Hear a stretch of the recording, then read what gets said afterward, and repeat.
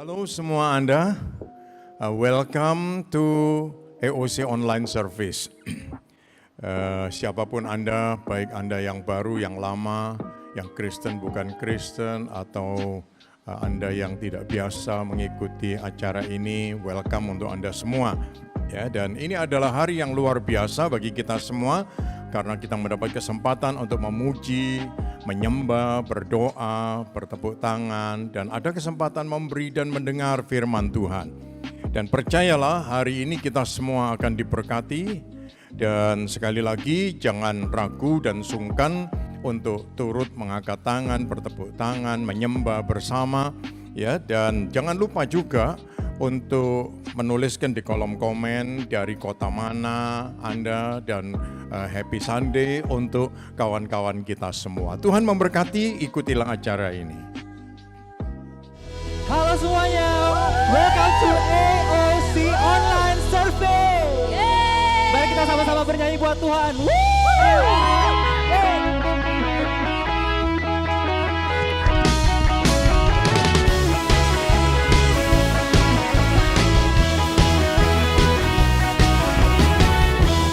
Dari hari ke hari tak pernah terbatalkan, berkat-Mu turun atas hidupku.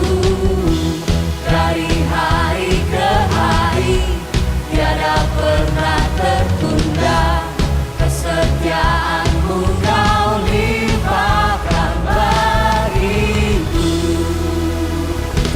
Tak berkesudahan kasih setia-Mu Tuhan, rahmat-Mu tak pernah habis. Dari hari-hariku, tangan-Mu yang perkasa, besar kejayaan-Mu, selalu menopang hidupku, selalu pegang erat tanganku.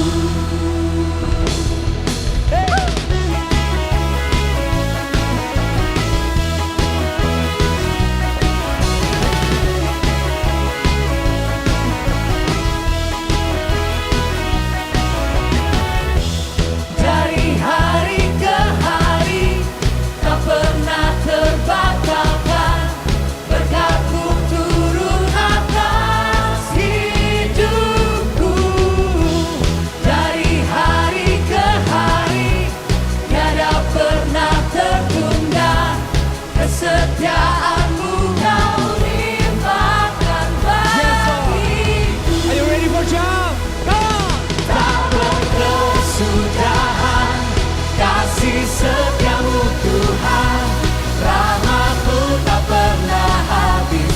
Dari hari-hariku, tangan-Mu yang perkasa, besar kejayaan-Mu, selalu memegang hidupku, selalu pegang erat tanganku. Ayo semua tangannya di atas kepala, come on!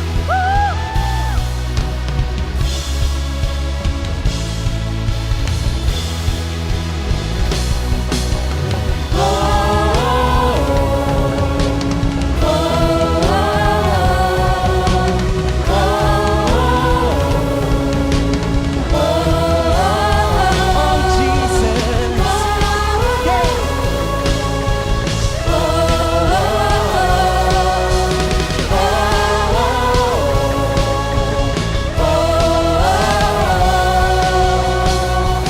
tak berkesudahan kasih setia-Mu Tuhan, rahmat-Mu tak pernah habis.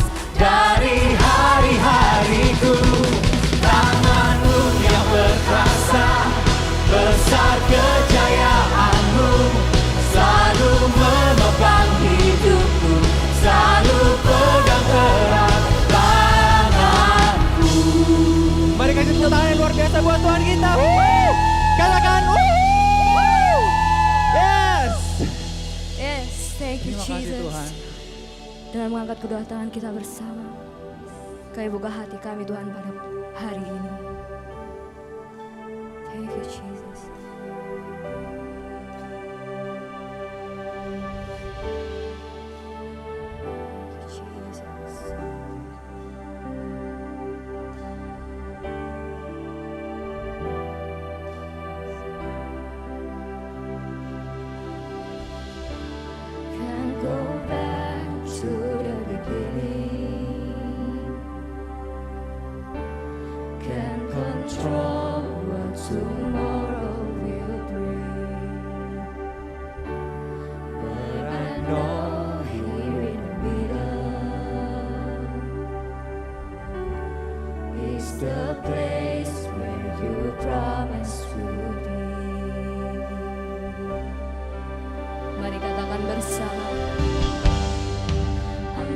enough unless you come. Will you meet me here again? 'Cause all I want is all you are. Will you meet me here again?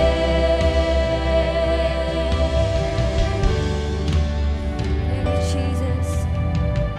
Kau hadir di tengah kami, Tuhan.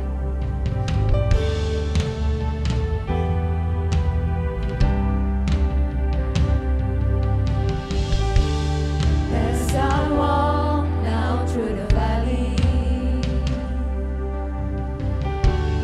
let your love rise above every fear. Like the sun shaping the shadow. Ini yang kami percaya, Tuhan. In my weakness, your glory appear.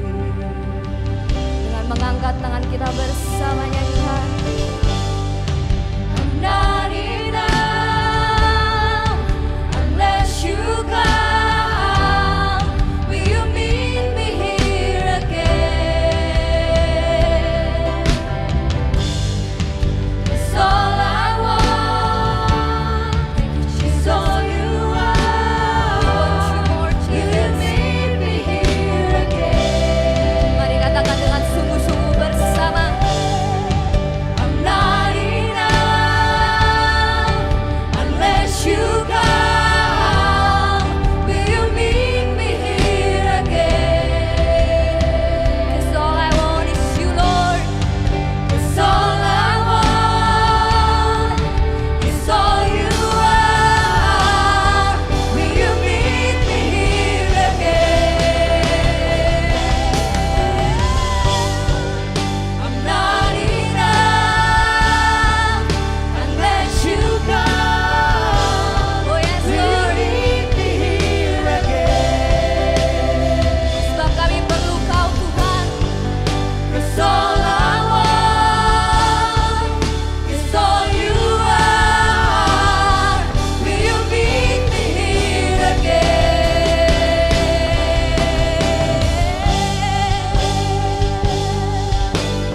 Thank you, Jesus. Kau hadir di tengah-tengah kami, Tuhan. Menjamah setiap hati kami. Not for a minute was I forsaken. The Lord is in this place. The Lord is in this place. Oh yes, Holy Spirit. Come, Holy Spirit. Dry bones awaken. The Lord is in this place. The Lord is in this place. Mari nyanyikan bersama. Not for a minute. Oh yes, God. Was I forsaken. Oh, tidak biarkan kami sendirian. Oh yes, God. The Lord is in this place. Come, Holy Spirit. Dry bones awaken. The Lord is in this place. The Lord is in this place. Katakan dengan segenap hati kita. Not for a minute was I forsaken. The Lord is in this place. The Lord is in this place. Angkat tangan kita sama-sama. Come, Holy Spirit, dry bones awaken. The Lord is in this place. The Lord is in this place. Deklarasikan buat hidup kita. Not for a minute was I forsaken. The Lord is in this place. The Lord is in this place. Tiada di ruangan dimanapun saudara berada saat ini. Yes, Lord. Come and awaken us.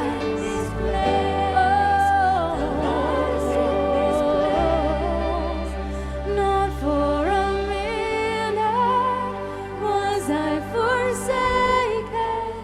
The Lord is in this place. The Lord is in this place. Come, Holy Spirit.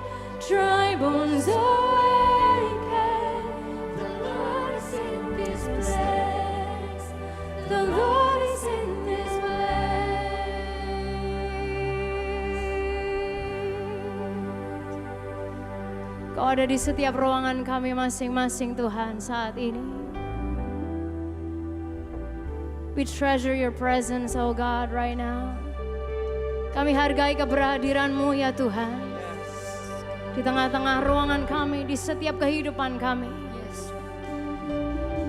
We honor you, we treasure you right now. Engkau Maha Hadir, Roh Kudus di sini Kau bagiku. Pimpin hidupku dan jalanku. Katakan kuasa-Mu, kuasa-Mu hidupkan jiwaku. Angkat kedua tangan kita tinggi-tinggi, come on. Engkau Maha Hadir, Roh Kudus di sini Kau bagiku. Naungi hidupku dan jalanku. Kuasa-Mu terjadi bagiku. Bapak Ibu Saudara sekalian dimanapun Anda menyaksikan tayangan ini di momen ini. Matius 15 ayat yang ke-30 berkata menceritakan seperti ini. Kemudian orang banyak berbondong-bondong datang kepadanya, membawa orang lumpuh, orang timpang, orang buta, orang bisu, dan banyak lagi yang lain. Lalu meletakkan mereka pada kaki Yesus. Dan perhatikan ini, Ia menyembuhkan mereka semuanya. Bapak Ibu Saudara sekalian, di momen itu ada banyak sekali orang yang datang dengan berbagai macam kebutuhan fisik mereka. Ada yang lumpuh, ada yang timpang, ada yang buta, ada yang bisu, ada yang ada banyak lagi yang lain dicatat. Diletakkan di bawah kaki Yesus dan dikatakan Ia menyembuhkan mereka semua. Artinya Bapak Ibu Saudara sekalian, segala sesuatu yang menyentuh Yesus akan menjadi seperti Dia. Segala sesuatu yang menyentuh Yesus akan menjadi seperti Dia. So hari ini, di momen ini, di saat ini, apapun kebutuhan saudara. Mungkin Anda bukan timpang, lumpuh, buta secara fisik. Tapi ada banyak kebutuhan kehidupan kita. Atau mungkin itu dalam segi kesehatan saudara. Mungkin itu dalam keuangan, dalam pekerjaan, dalam keluarga, dalam apapun itu aspek kehidupan kita. You need to remember right in this moment, apapun yang menyentuh Yesus akan menjadi seperti Dia. So right now, saat Dia hadir di tempat, di ruangan dimanapun saudara berada, pastikan Dia menyentuh setiap kehidupan saudara. Izinkan Dia menyentuh setiap ruangan hati saudara. Izinkan Dia menyentuh setiap aspek kehidupan saudara. So right now, saat ini, angkat kedua tangan kita tinggi-tinggi di hadapan Tuhan. Come on, let's just reach out to Jesus right in this moment. Buka mulut saudara, katakan, Yesus aku perlu Engkau. Yesus aku perlu Engkau. Yesus aku perlu Engkau. Oh God, we need you right now. God, we need you right now. Would you come and touch us, Lord? Jamah kami Tuhan di momen saat hari ini. Oh, we praise you, Jesus.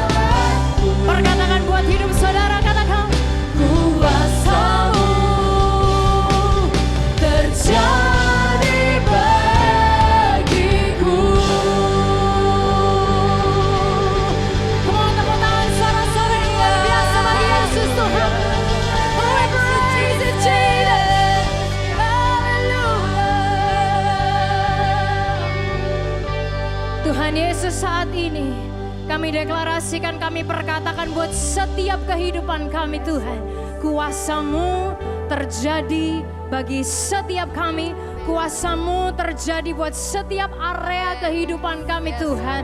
Dan biar sekali lagi saat ini kami diingatkan, anything that touches you would become like you. Apapun yang menyentuh Engkau ya Tuhan akan menjadi seperti Engkau. So God, right now kami bawa kebutuhan kami bawa keluarga kami bawa pekerjaan kami bawa keuangan kami bawa mungkin mental, pikiran kami, hati kami, kekhawatiran kami, anything oh God. Kami letakkan di bawah kaki Yesus, supaya Engkau sendiri yang menjamah dan menjadikan setiap kehidupan kami menjadi seperti Engkau, utuh, sempurna, tidak kekurangan suatu apapun, tidak dikuasai oleh kekhawatiran, never lose control. Dan yakinkan kami Tuhan saat ini, Kau masih dan tetap pegang setiap kehidupan kami. Not for a minute that we are forsaken. You are here, Engkau hadir, Engkau ada bersama dengan setiap kehidupan kami. Di momen ini Tuhan, damai-Mu menguasai kehidupan kami semua like no other. And we trust in you oh God. Terima kasih ya Tuhan, kami mau sediakan diri kami sediakan pribadi kami, pikiran, hati kami, untuk Kau mengisi kehidupan kami lagi Tuhan. Membangun kami terus menjadi pribadi yang lebih baik lagi. Sekali lagi yakinkan kami, not for a minute that we are forsaken. Engkau selalu ada bersama dengan kami. Hanya di dalam nama Tuhan Yesus. Semuanya sama-sama katakan, amin. Amin, amin, amin.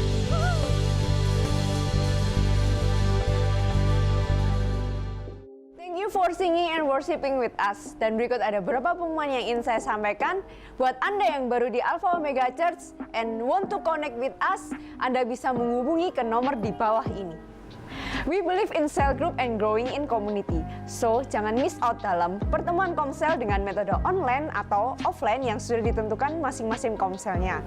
While you are on the channel, jangan lupa like, subscribe, dan share link ini kepada orang-orang yang Anda tahu membutuhkannya. Minggu depan tanggal 2 Agustus kita akan ada pembicara tamu, yaitu Pastor Jimmy Untoro, Senior Pastor of IFGF Church. Namun di hari ini kita akan diberkati oleh pembicara yang tidak kalah spesial, yaitu Pastor Jeffrey Rahmat dari Jakarta Praise Community Church atau biasa dikenal JPCC. Siapkan hati kita, enjoy the rest of service, God bless you. Halo Jemaat AOC yang diberkati Tuhan, nama saya Esther. Saya akan membagikan pengalaman saya selama masa pandemi COVID-19. Kita sedih tidak bisa ibadah dan ketemu saudara-saudara rohani, terutama anggota Komsel. Kita hanya ibadah melalui online sejak bulan Maret. Sebagai PKS Komsel, saya rindu bersekutu dan saya mengajak Komsel online melalui aplikasi Zoom dan video call grup setiap hari Rabu. Saya sangat bersyukur di mana anggota saya yang kebanyakan ibu-ibu di atas usia 50 tahun dapat menggunakan aplikasi yang tentunya dibantu anak-anaknya. Mereka semua semangat dan gak pernah absen saat komsel dan ibadah online. Ada kesaksian yang saya alami. Di suatu hari Sabtu, saya dikabari salah satu anggota komsel yang juga jiwa baru, karena baru Desember saat Natal kemarin dia baru dibaptis sekeluarga. Dikatakan ibunya sakit dan dirawat di klinik. Ibunya juga baru mengenal Tuhan. Dia dari keluarga yang fanatik, tinggal di pondok di luar kota.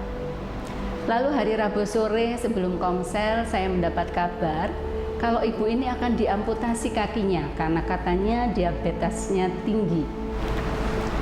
Saya baca di WA cukup kaget. Padahal 3 hari yang lalu sakitnya biasa saja. Katanya hanya kakinya bengkak. Lalu jam 7 malam kita komsel melalui video call berenam. Dan kita berdoa untuk persiapan operasi besok paginya. Kita minta sama Tuhan memberi kekuatan iman kepada ibu ini sebagai jiwa baru. Anak-anak yang lainnya memojokkan ibunya ini dengan mengatakan bahwa sakit ini sebagai asam dari Tuhan karena sudah jadi orang Kristen. Tapi luar biasanya ibu ini tetap bersyukur, bahkan mau melepas jilbabnya. Selesai komsel, saya masih ngobrol dengan suami, lalu 15 menit saya mendapat WA dan dikabari kalau kaki ibu ini sudah kempes dan bisa jalan. Dokter yang merawat sangat heran dan tidak pernah terjadi seperti ini. Malam itu ibu ini disuruh puasa untuk persiapan operasi dan akan dipindah ke rumah sakit yang lebih besar. Tetapi mukjizat terjadi, kakinya kempes dan tidak jadi diamputasi, bahkan sudah boleh pulang. Puji Tuhan. Saya tidak percaya sampai minta foto-foto ibunya dan kakinya yang sakit, dan memang benar kakinya sudah pulih. Dia Tuhan sungguh maha hadir dan tidak dibatasi oleh ruang dan waktu. Sampai saat ini ibu ini sembuh dan sudah ikut KKR di rumahnya. Tetapi ada juga pengalaman sedih yang kami alami di Komsel, di mana ada suami dan ayah dari anggota Komsel yang dipanggil Tuhan saat pandemik ini. Kita tidak bisa ketemu langsung untuk mengungkapkan duka cita. Kami terus doakan dan menguatkan dalam Komsel online, puji Tuhan. Satu hal yang bisa saya sampaikan, jangan pernah membatasi Tuhan dalam melakukan karya dan mukjizatnya. Walaupun lewat online dan tidak bisa ketemu, tapi kalau menyatu dalam roh yang bekerja, Tuhan pasti hadir di situ. Amin. Tuhan memberkati. Tiba saatnya kita akan menyampaikan persembahan atau memberi. Ada beberapa ayat yang ingin saya sampaikan kepada kita semua supaya kita dapat mengerti. Galatia 3 ayat yang ke-14 mengatakan, Yesus Kristus telah membuat ini supaya di dalam Dia berkat Abraham sampai kepada bangsa-bangsa lain, sehingga oleh iman kita menerima roh yang telah dijanjikan itu. Sangat berbahagia kita karena ada Yesus Kristus yang sudah membuat ini. Dia dikorbankan menebus kita, menjadi umatnya, dan tujuannya supaya di dalam Dia berkat Abraham sampai kepada bangsa-bangsa lain. Kita yang sebenarnya tidak termasuk di silsilah atau keturunan, tapi kita boleh menerima berkat Abraham sampai kepada kita juga. Berkat dari penebusan Yesus Kristus bagi kita. Dan lihat apa berkat Abraham. Kita melihat di dalam Bilangan pasal 23 ayat 19 sampai yang ke-21. Satu ketika Raja Balak dari Moab, dia marah sekali dengan Israel, lalu dia panggil seorang nabi untuk mengutuki Israel. Dan lihat kata-katanya. Apa yang disampaikan oleh nabi ini, kita baca ayat ini. Tuhan tidak seperti manusia yang gampang menyesal dan suka berdusta. Bila Tuhan berjanji, pasti Ia menepati. Bila Ia berbicara, tentu akan terlaksana. Aku disuruh memberkati, dan bila Tuhan memberkati, tak dapat kutarik kembali. Pada Yakub tidak terlihat kejahatan, pada Israel tidak tampak kesukaran. Tuhan adalah Tuhan mereka, menyertai mereka. Mereka bersorak, Dialah Raja. Perhatikan baik-baik, Tuhan bukan manusia sehingga dia bisa berdusta, ya, atau dia menyesal. Dia sudah berfirman dan dia akan melaksanakan. Ayat 19, ya, dia akan melaksanakan. Dia berbicara pasti akan terlaksana. Kalau Yesus Kristus, karena Yesus Kristus kita mendapat berkat Bapa Abraham, itu pun pasti akan terlaksana. Dan ayat 20, aku disuruh memberkati, dan bila Allah memberkati, tak dapat kutarik kembali. Di masa yang seperti ini seolah-olah bagian berkat kita hilang. Di masa-masa seperti ini seolah-olah penghasilan kita menjadi berkurang. Saudara-saudara ingat, ayat ini mengingatkan kita Kalau Tuhan sudah memberkati, kalau Yesus di dalam Yesus Kristus berkat Abraham turun kepada kita, ini yang mesti kita pegang dan kita ucapkan, memperkatakannya selalu, ya, bahwa bila Tuhan memberkati, tidak ada yang bisa menarik itu kembali dari kita. Oleh sebab itu, yang perlu kita perhatikan adalah apa yang dibuat oleh Bapak Abraham. Bapak Abraham seringkali datang kepada Tuhan membawa persembahan. Bapak Abraham datang kepada Tuhan tidak dengan tangan hampa. Di mana saja dia berada, dia selalu ingin menyampaikan sesuatu yang baik.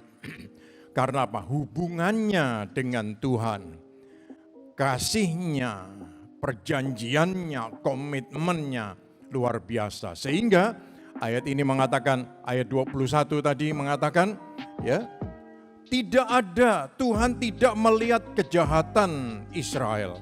Tuhan tidak melihat kekurangan Israel. Karena Dia sudah memberkati dan tidak akan menarik kembali. Oleh sebab itu setiap persembahan yang saudara-saudara sampaikan kepada Tuhan, lakukanlah sebagai tanda syukur kepada Tuhan. Dan yakinlah Dia Tuhan yang sudah memberkati dan tidak akan menarik kembali. Tuhan memberkati kita dan kita berdoa bersama-sama.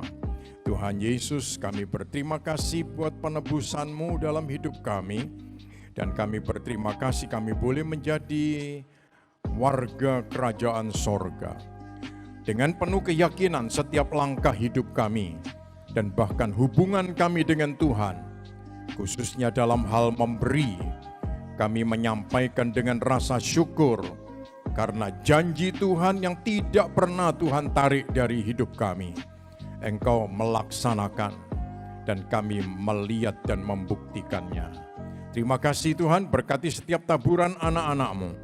Di dalam nama Tuhan Yesus kami melakukan ini dengan percaya. Amin. Di bawah ini ada nomor rekening yang dapat Anda gunakan bagi Anda yang biasa di Alpha Omega Church dapat menggunakan rekening-rekening ini baik di DPU, DKT, Palangka, Jakarta. Bagi Anda yang mempunyai gereja lokal, sampaikanlah persembahan Anda di gereja lokal Anda masing-masing. Dan bagi Anda yang ingin membantu visi dan misi gereja, sampaikan melalui rekening ini. Tuhan memberkati Anda sekalian.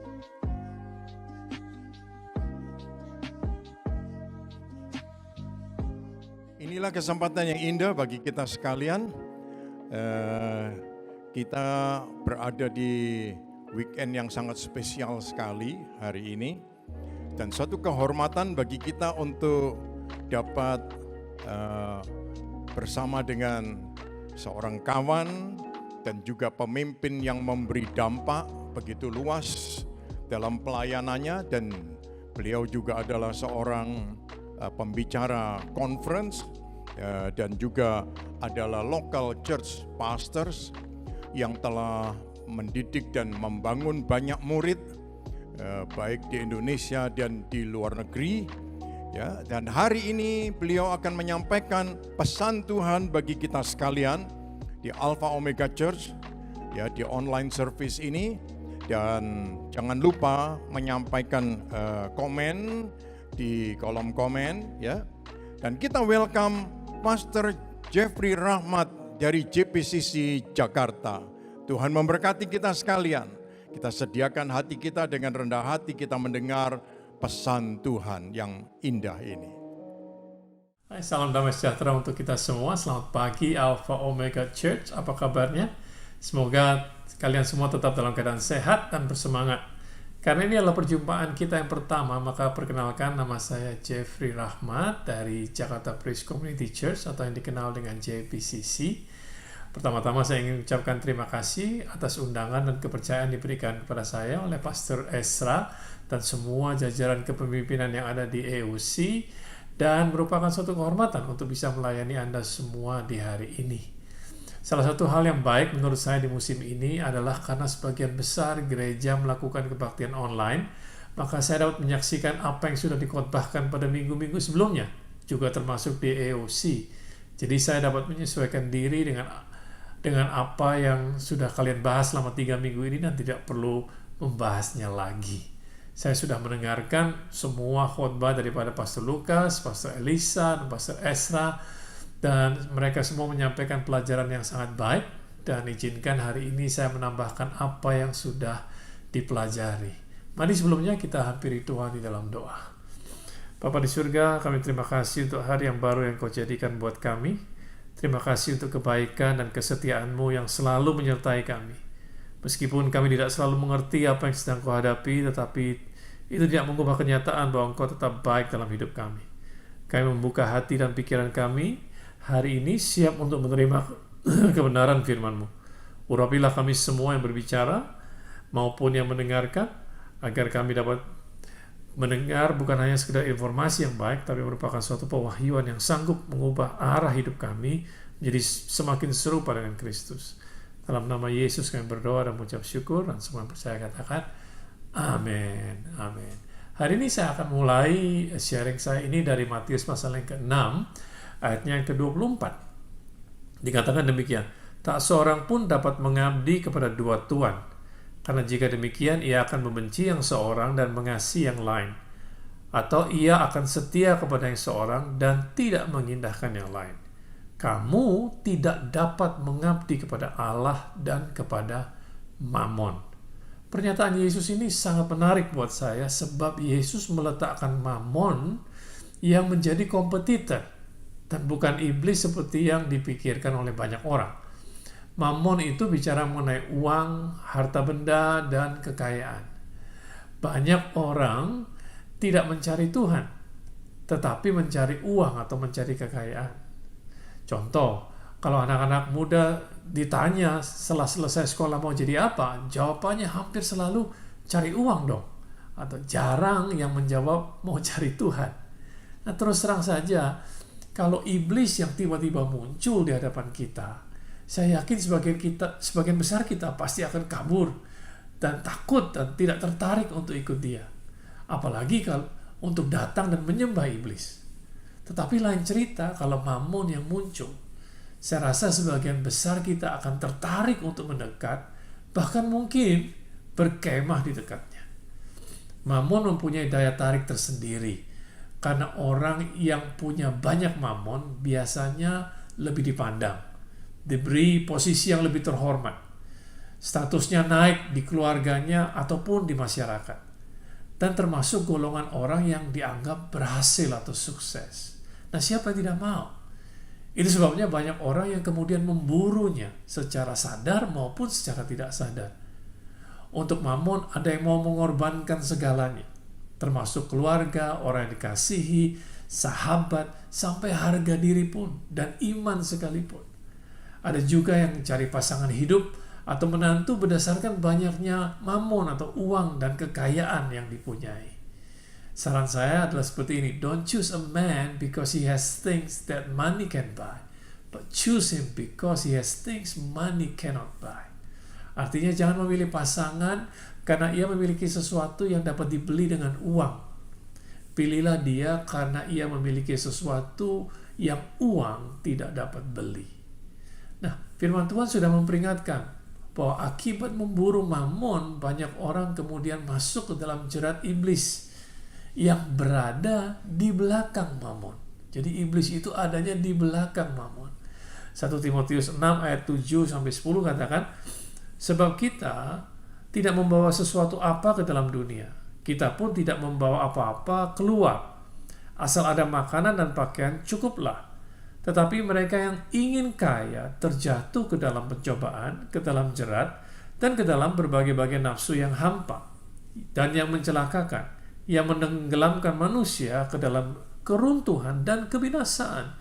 Karena akar segala kejahatan ialah cinta uang. Sebab oleh memburu uanglah beberapa orang telah menyimpang dari iman dan menyiksa dirinya dengan berbagai-bagai duka. Di dunia ini, we don't own anything, but we manage everything. Kita tidak memiliki apa-apa di dunia ini, tetapi kita dipercaya untuk mengelola apa yang ada di tangan kita. Itu sebabnya belajarlah untuk menjadi seorang pengelola yang baik. setia dengan hal-hal yang kecil, maka Tuhan akan mempercayakan hal-hal yang lebih besar. Nah, saya mau menyampaikan beberapa hal tambahan yang kita dapat pelajari tentang uang, menambahkan kepada apa yang sudah kalian pelajari selama 3 minggu ini. Yang pertama adalah ini, tidak ada hubungan yang pasti antara punya uang banyak dan hidup bahagia. Artinya, punya uang banyak tidak menjamin hidup yang bahagia. Dengarkan Amsal 21 ayat 9, saya ambil dalam terjemahan bahasa Indonesia sehari-hari. Firman Tuhan katakan demikian, tinggal di sudut loteng lebih menyenangkan daripada tinggal serumah dengan istri yang suka bertengkar, atau suami yang suka bertengkar, sama saja.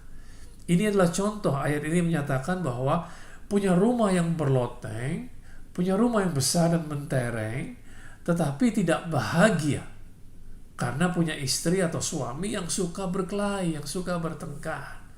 Dalam kitab Pengkhotbah pasal yang ke-6, ayat yang pertama sampai ayat yang kedua dikatakan, ada suatu kemalangan yang telah kulihat di bawah matahari, yang sangat menekan manusia. Orang yang dikaruniai Allah kekayaan, harta benda dan kemuliaan, sehingga ia tidak kekurangan suatu pun yang diingininya, tetapi orang itu tidak dikaruniai kuasa oleh Allah untuk menikmatinya, melainkan orang lain yang menikmatinya. Inilah kesia-siaan dan penderitaan yang pahit.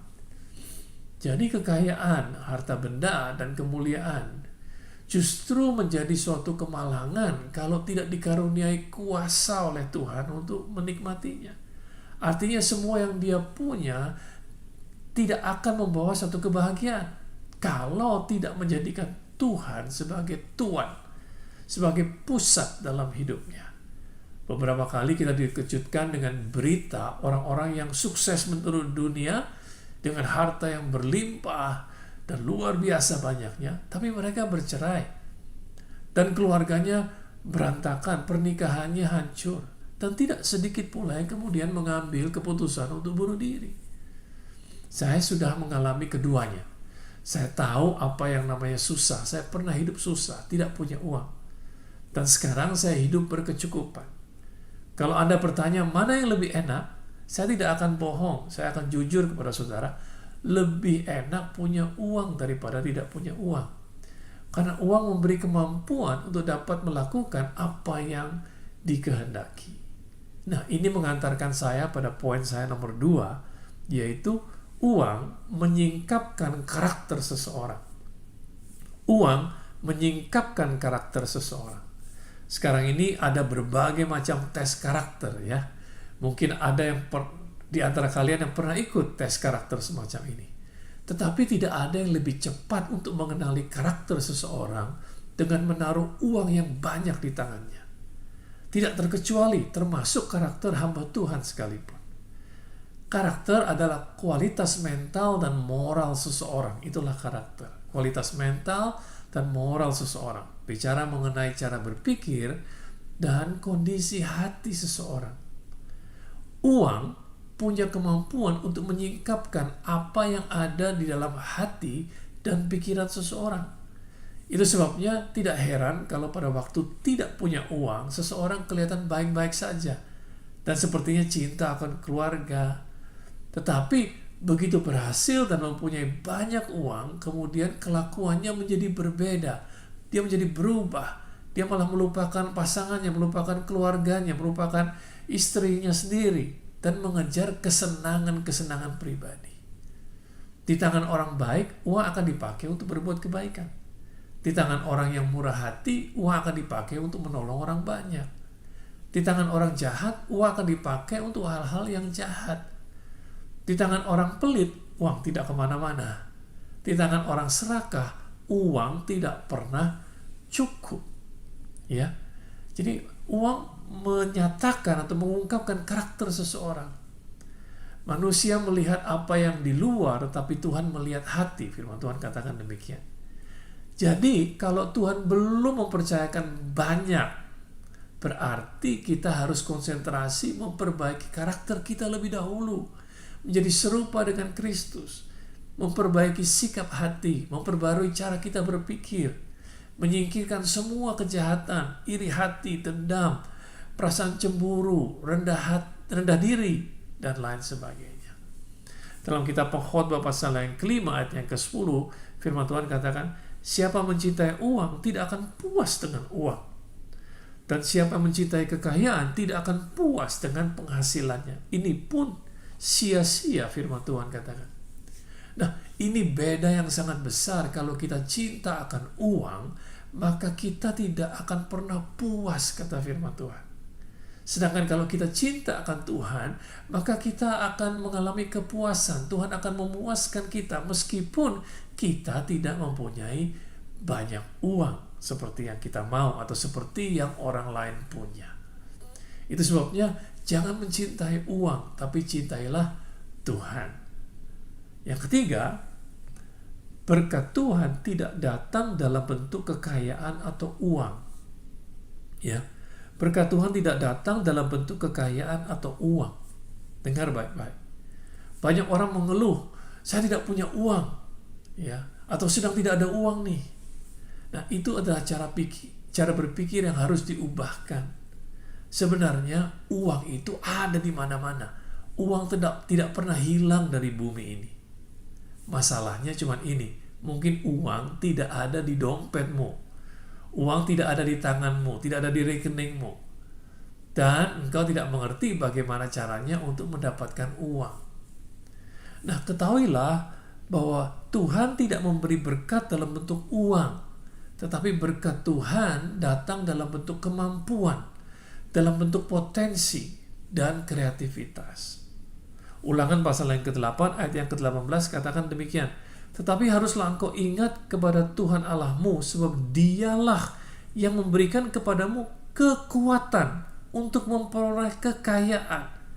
Ingat ya, sebab Dialah yang memberikan kepadamu kekuatan untuk memperoleh kekayaan. Jadi Dia tidak memberikan kekayaan, Dia memberikan kekuatan untuk memperoleh kekayaan dengan maksud meneguhkan perjanjian yang diikrarkannya dengan sumpah kepada nenek moyangmu seperti sekarang ini.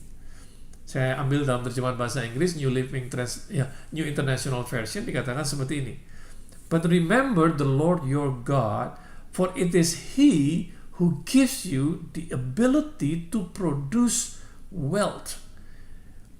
For it is He who gives you the ability to produce wealth, and so confirms His covenant, which He swore to your ancestor, as it is today. Tuhan tidak memberikan kekayaan, tetapi Alkitab jelas katakan Dia memberikan kemampuan untuk memproduksi, kemampuan untuk menghasilkan produk. Tuhan ingin kita menjadi produktif dan tidak pasif, diam saja hanya menantikan bantuan, menunggu uang. Kalau kita tidak mau memakai kemampuan yang Tuhan sudah berikan, maka kita tidak akan mendapatkan kekayaan atau penghasilan. Dari sejak awal penciptaan, firman Tuhan sudah memberitahu, dan saya sempat dengar Pastor Esra menyinggungnya minggu lalu. Dari Kejadian pasal yang pertama ayat yang ke-28. Dikatakan Allah memberkati mereka, lalu Allah berfirman kepada mereka. Artinya Allah itu mewahyukan rencananya kepada manusia. Katanya demikian, beranak cuculah dan bertambah banyak. Penuhilah bumi dan taklukkanlah itu. Berkuasalah atas ikan-ikan di laut dan burung-burung di udara, dan atas segala binatang yang merayap di bumi. Perintah Tuhan kepada manusia jelas, beranak cuculah dan bertambah banyak. Taklukkan, penuhilah bumi dan taklukkanlah itu. Ya. Nah, Tuhan, dan itu datang setelah Tuhan menurunkan berkatnya. Perintah itu datang setelah Tuhan menurunkan berkatnya. Dan ini adalah berkat yang sama, yang kedua yang Tuhan berikan di masa penciptaan tentang berkat ini. Yang pertama kita bisa dapati di ayat 22, ketika Tuhan memberkati binatang. Kalau saudara mau baca Kejadian 1:22 dikatakan, lalu Allah memberkati semuanya itu. Firman-Nya, berkembang biaklah dan bertambah banyaklah, serta penuhilah air dalam laut, dan hendaklah burung-burung di bumi bertambah banyak. Nah, kalau untuk binatang, berkat Tuhan ini artinya hanya satu, yaitu memang untuk berkembang biak. Tetapi untuk manusia, artinya bukan untuk mempunyai keturunan saja, tetapi juga mempunyai arti yang lain. Karena apa? Karena manusia hidup lebih dari satu dimensi. Buat manusia ada dimensi rohani, ada dimensi jasmani. Nah, kalau perintah ini hanya berlaku secara jasmani saja, bagaimana dengan mereka-mereka yang tidak mempunyai keturunan? Apakah berarti mereka tidak diberkati Tuhan? Sama sekali tidak demikian. Nah, mari saya terangkan ayat ini, dan saya lebih senang memakai dalam bahasa Inggrisnya karena dikatakan seperti ini. Be fruitful, multiply, replenish the earth, and subdue it. Be fruitful, multiply, replenish the earth, and subdue it. Be fruitful. Manusia diperintahkan untuk menghasilkan buah. Dengan kata lain, jadilah produktif, menghasilkan produk. Tuhan tidak akan memberikan perintah kepada manusia sebelum dia lebih dahulu memperlengkapi manusia tersebut. Tuhan sudah memberkati manusia untuk menghasilkan produk. Dan yang Tuhan berikan itu adalah bahan bakunya. Perhatikan, yang Tuhan berikan adalah bahan bakunya. Tuhan bilang demikian, berkuasalah atas ikan-ikan dan burung-burung dan atas segala binatang yang ada di bumi. Apa yang kemudian terjadi? Manusia keluar dengan produk seperti sepatu, baju, tas, karpet, obat-obatan, kosmetik, sabun, minyak ikan, keju, perhiasan, dan ribuan produk-produk yang lain. Betul apa tidak? Nah, perhatikan, Tuhan tidak kasih kita meja, kursi, papan tulis, kertas, wallpaper, perahu, jembatan, dan lain-lain. Tapi semuanya itu tersembunyi dalam sebuah bahan baku yang namanya pohon. Firman Tuhan begini, taklukkanlah pohon itu. Nah, untuk mengubah bahan baku menjadi sebuah produk, diperlukan yang namanya kreativitas. Kita bisa punya bahan baku, tetapi kalau kita tidak mempunyai kreativitas, maka kita tidak akan menghasilkan apa-apa. Dan ingat, kreativitas biasanya muncul pada saat manusia justru dalam keadaan dibatasi. Ya, kreativitas muncul pada saat kita mulai sadar apa saja bahan baku yang ada di tangan kita dan yang ada di sekitar kita. Karena selama ini kita tidak pernah memperhatikannya, tidak pernah menarik perhatian kita. Tetapi karena kita dibatasi, kita mulai menyadari bahwa ada sesuatu nih yang sebenarnya bisa dihasilkan dari semua yang ada di tanganku ini. Tetapi bahan baku tidak akan jadi apa-apa di tangan orang yang malas. Malas bekerja, malas mikir, dan lain sebagainya. Itu sebabnya saya sangat yakin justru di saat-saat inilah di mana kita dibatasi ruang geraknya karena COVID-19 ini, kreativitas akan muncul dengan hebatnya. Tetapi kalau kita cuma sibuk mengeluh, cuma berpikir kapan kita bisa seperti dulu lagi, dan lain sebagainya, maka kreativitas tidak akan muncul dari kita, karena kita tidak bisa memaksimalkan keterbatasan kita saat ini. Pada saat pikiran kita tertutup, maka kreativitas tidak dapat mendarat. Dan itu sebabnya dalam keadaan terbatas justru kita harus membuka pikiran kita. Tidak melihat keluar, tetapi melihat ke dalam. Rajinlah, uletlah, dan yang terutama sebagai orang percaya, bergaullah dengan The Creator, pencipta itu sendiri yang ada bersama dengan kita. Sebab kalau kalian ingin berbuah banyak, maka sebagai ranting kita harus tersambung dengan pokoknya. Ingat, Yohanes 15 ayat yang keempat sampai yang kelima katakan, tinggallah di dalam aku, dan aku di dalam kamu. Sama seperti ranting tidak dapat berbuah dari dirinya sendiri, kalau ia tidak tinggal pada pokok anggur.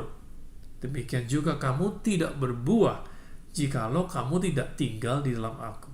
Akulah pokok anggur dan kamulah ranting-rantingnya. Barang siapa tinggal di dalam aku dan aku di dalam kamu, ia berbuah banyak.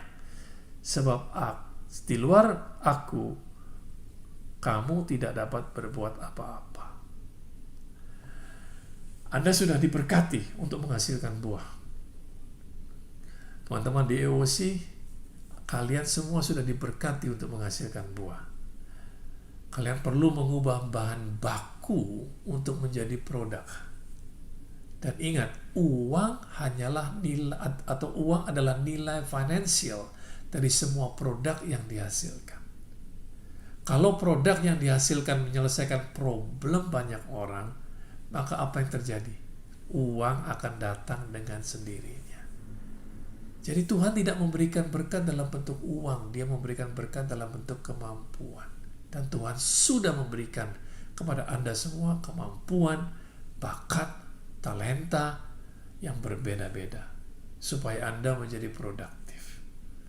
Sekali lagi, jangan sibuk melihat keluar, apalagi sibuk melihat ke rumput tetangga yang lebih hijau. Tapi sibuklah melihat ke dalam, temukan kekuatanmu sendiri, temukan potensimu sendiri, dan sibuklah berlatih. Latih itu semua sehingga Anda menjadi seorang ahli. Seorang ahli adalah orang yang berada di atas rata-rata. Dan apa kata firman Tuhan tentang orang yang demikian? Amsal 22 ayat 29 katakan, pernahkah engkau melihat orang yang cakap dalam pekerjaannya? Atau orang yang ahli dalam pekerjaannya? Dikatakan di hadapan raja-raja ia akan berdiri, bukan di hadapan orang-orang hina. Yang keempat, rencana Tuhan tidak tergantung dari seberapa besar uang yang ada di tangan Anda. Jadi, ini penting untuk diketahui. Ya, rencana Tuhan tidak tergantung dari seberapa besar uang yang ada di tangan Anda. Yohanes pasal yang ke-6 ayat yang ke-5 sampai 13. Ada cerita yang sangat menarik, dikatakan ketika Yesus memandang sekelilingnya dan melihat bahwa orang banyak berbondong-bondong datang kepadanya, berkatalah ia kepada Filipus, "Di manakah kita akan membeli roti supaya mereka ini dapat makan?" Hal itu dikatakannya untuk mencobai dia sebab ia sendiri tahu apa yang hendak dilakukannya. Menjawab Filipus kepada Yesus, roti seharga 200 dinar tidak akan cukup untuk mereka ini sekalipun masing-masing mendapat sepotong kecil saja. Seorang dari murid-muridnya yaitu Andreas, saudara Simon Petrus, berkata kepadanya, "Di sini ada seorang anak yang mempunyai 5 roti jelai dan 2 ikan. Tetapi apakah artinya itu untuk orang sebanyak ini?" Kata Yesus, "Suruhlah orang-orang itu duduk. Adapun di tempat itu banyak rumput, maka duduklah orang-orang itu, kira-kira 5.000 laki-laki banyaknya." Lalu Yesus mengambil roti itu, mengucap syukur dan membagi-bagikannya kepada mereka yang duduk di situ. Demikian juga dibuatnya dengan ikan-ikan sebanyak yang mereka kehendaki. Dan setelah mereka kenyang, ia berkata kepada murid-muridnya, "Kumpulkanlah potongan-potongan yang lebih, supaya tidak ada yang terbuang." Maka mereka pun mengumpulkannya dan mengisi 12 bakul penuh dengan potongan-potongan dari kelima roti jelai yang lebih setelah orang makan. Di cerita ini, Yesus menunjukkan kepada murid-muridnya bahwa kehendaknya atau rencananya untuk memberi makan 5.000 orang laki-laki, belum termasuk perempuan dan anak-anak, tetap dapat terlaksana meskipun uang mereka tidak cukup. Filipus yang bilang uang mereka nggak cukup. Dan yang luar biasa adalah masih ada 12 bakul penuh sisa roti dan ikan. Dan itu pun setelah semua orang makan sampai kenyang, termasuk anak yang merelakan makanannya dipakai untuk menjadi benih agar dapat dimultiplikasikan. Di kejadian ini Yesus memberikan pelajaran yang sangat berharga bahwa rencana Tuhan tetap dapat terlaksana meskipun uang di tangan tidak mencukupi. Ada amin? EOC, itu yang harusnya menjadi pegangan kita. Itulah enaknya hidup tersambung dengan pokoknya, dengan Tuhan. Kalau Tuhan yang menjadi Tuhan dalam hidup kita, yang terjadi adalah demikian. Rencananya tetap bisa dilakukan meskipun uang di tangan kita tidak mencukupi. Yang perlu dipelajari adalah ini. Ya, diperlukan benih yang direlakan atau benih yang dikorbankan. Dan dalam hal ini adalah 5 roti dan 2 ikan yang diserahkan oleh seorang anak. Sebab tanpa benih tidak ada yang dapat dimultiplikasikan. Itulah prinsipnya. Untuk sesuatu dapat dimultiplikasi harus ada benih yang dikorbankan, benih yang direlakan.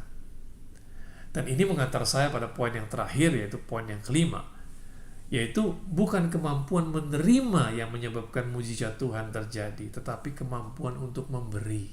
Sekali lagi, bukan kemampuan menerima yang menyebabkan mujizat Tuhan terjadi, tetapi kemampuan kita untuk memberi. Ya, selain kisah tentang Yesus memberi makan 5.000 orang, di Alkitab ada kisah lain lagi, yaitu dalam 1 Raja-Raja 17 ayat 10 sampai 16. Dikatakan demikian. Sesudah ia bersiap lalu pergi ke Sarfat. Ini adalah bicara soal Nabi Elia. Setelah ia sampai ke pintu gerbang kota, tampaklah di sana seorang janda sedang mengumpulkan kayu api. Elia berseru kepada perempuan itu, katanya, "Cobalah ambil bagiku sedikit air dalam kendi, kemudian supaya aku minum." Ketika perempuan itu pergi mengambilnya, ia berseru lagi, "Cobalah ambil juga bagiku sepotong roti." Perempuan itu menjawab, "Demi Tuhan Allahmu yang hidup, sesungguhnya tidak ada roti padaku sedikit pun, kecuali segenggam tepung dalam tempayan dan sedikit minyak dalam buli-buli. Dan sekarang aku hendak mengumpulkan 2-3 potong kayu api, kemudian aku mau pulang dan mengolahnya bagiku dan bagi anakku. Dan setelah kami memakannya, maka kami akan mati." Tetapi Elia berkata kepadanya, "Janganlah takut, pulanglah, buatlah seperti yang kau katakan.